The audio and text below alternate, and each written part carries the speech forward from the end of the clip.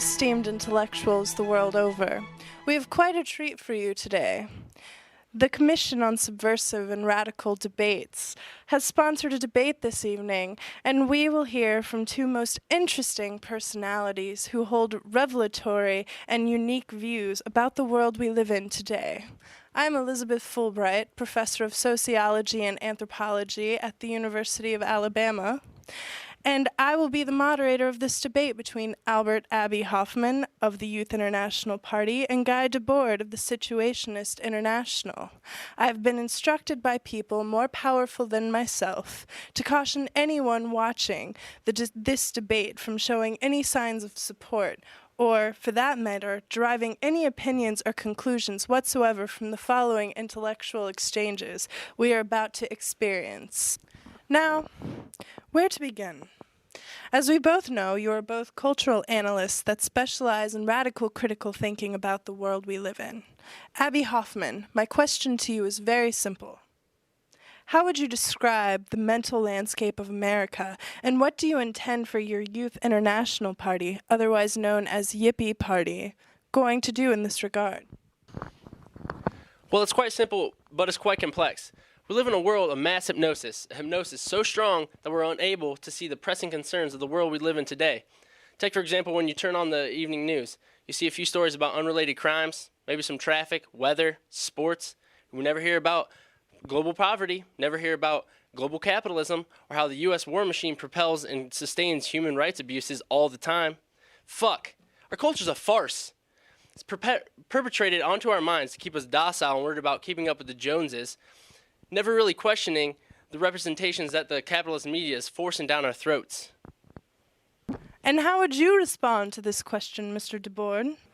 Well, I would agree with a lot of what Abby has to say, but I would go further by saying that there is a widespread alienation of people in my country due to the hypnotic nature of the mass proliferation of images people are exposed to. People are psychologically and geographically alienated from these situations of their lives. People are unable to create and participate in situations that are not mediated by the spectacle of consumer capitalism. Consumer capitalism has a tremendous hold on the psyche of those lives who are subject to it. Could you elaborate on your question, Mr. Debord? Television, radio, magazines, movies, etc. But as we have entered the 21st century, I would especially say the internet and particularly social networking, sites such as Facebook and MySpace and others have advanced the level of the spectacle to a degree that was unheard of 20 years ago.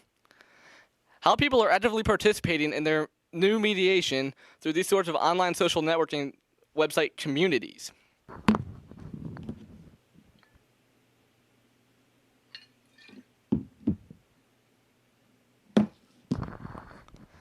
This sort of media do not allow greater freedom in people's lives, but rather increase the level in which their activism is regulated as new hegemonic standards are further ingrained in people's lives. A person's identity via their personal webpage has as much weight in the contents of their lives as the reality of who they really are. The mediation through capitalism on an individual or a culture is what compromises in many regards what I am referring to as a spectacle. All that was once directly lived has become mere representation. You said it, comrade, but you leave out the potential for inspiring, liberating activity to awaken people to the problems facing the world today, and you forget about the revolutionary power of humor and the proliferation of the counter-spectacle and how it can bring those problems to light. I sense a resignation in your voice, and I want to challenge that complacency. I want radical theater and pranks to awaken people from this mass hypnosis, the spectacle that is mediating our lives. For example, I went to New York Stock Exchange, a hallmark of global capitalism. I threw thousands of dollars of fake money off a balcony onto the exchange floor, and just as I suspected, the stockbrokers dove on the floor and scrambled for the cash, creating a visual representation of the rampant greed inherent in the capitalist system. It also presents a cultural and visual subversion that is accessible to all people and breaks holes in the mediation of our lives.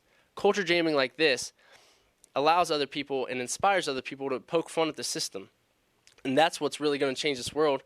A revolution of consciousness. Do you mind if I do a joint? No, I'm afraid not, Mr. Hoffman. This debate hall is strictly non-smoking. Well, he's drinking vodka. This is unprofessional. We must get back to the important issues at hand. Fuck that. It's unprofessional for me.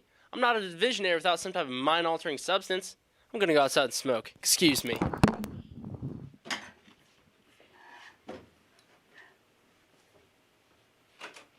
Well, due to this minor mishap, I will have to turn to you alone, Mr. Debord. Mr. Debord, what do you see as a remedy to the hypnosis and alienation that you described earlier in this debate?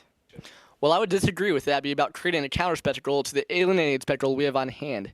A counter-spectacle would by most measures adopt the same sorts of surface features of the spectacle, and although possibly subversive, these counter-spectacle images would quickly become commodified along with the rest of the spectacle. I don't see the answer in subverting the images, but rather the actual destruction of said images and the institutions that create this mediation. I call for revolutionary action against not only the producers of these corporations, but the governmental state that props them up. Abby Hoffman has displayed some admirable activity with his demonstrations against the Democratic National Convention in '68, but did not go far enough in actually stopping the convention. Well, it seems as though you and Abby have differing opinions as to what sort of revolutionary action needs to take place. I'm sensing perhaps a gap between you? That jackass is drinking vodka all night. Dumb bitch telling me I can't smoke weed.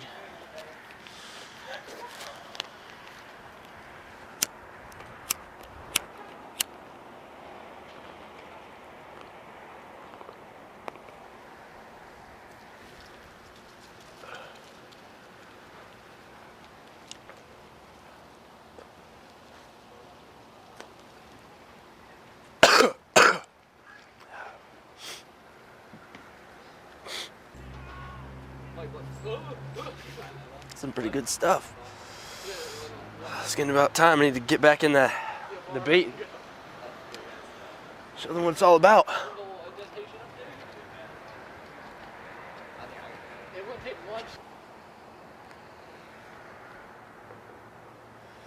Fuck, that's some good shit, man. I need to get back in there. Don't want Debord telling her all that kinds of bullshit. Fuck, that's some good shit.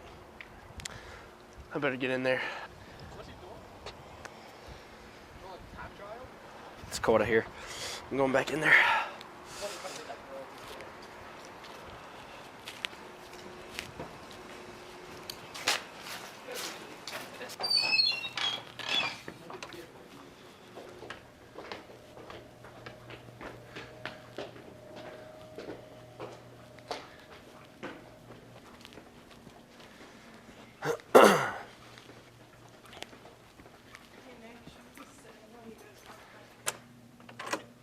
I'm back and feeling better than ever. Let's get this fucking debate rolling.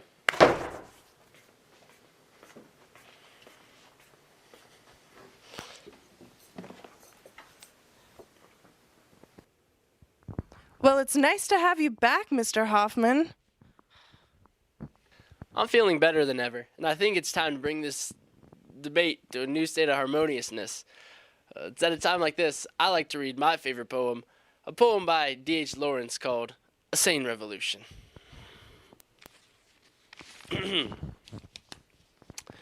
If you make a revolution, make it for fun. Don't make it in ghastly seriousness. Don't do it in deadly earnest.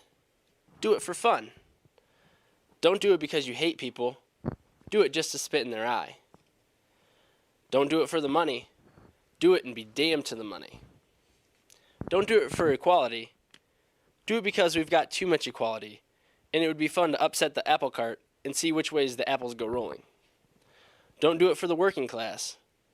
Do it so that we all can feel like little aristocracies of our own and kick like jolly escaped asses.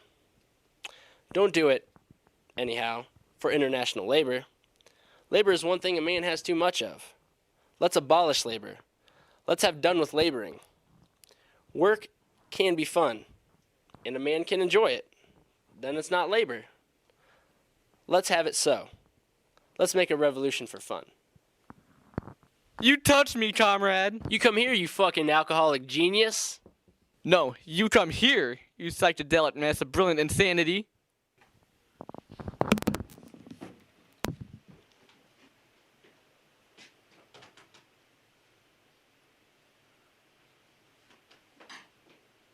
We're united. Never work. Destroy the spectacle. Smash hierarchy. Spontaneous autonomous. Live free. You touch me, comrade. Well, that concludes our debate this evening, as it seems whatever disagreements have surfaced have been resolved, and our two brilliant minds have come together with open arms. It's a nice sight to see an American and a Frenchman embracing during such times as today. And we should all feel better with that in perspective. Again, I'm Elizabeth Fulbright, and take care of yourselves and each other.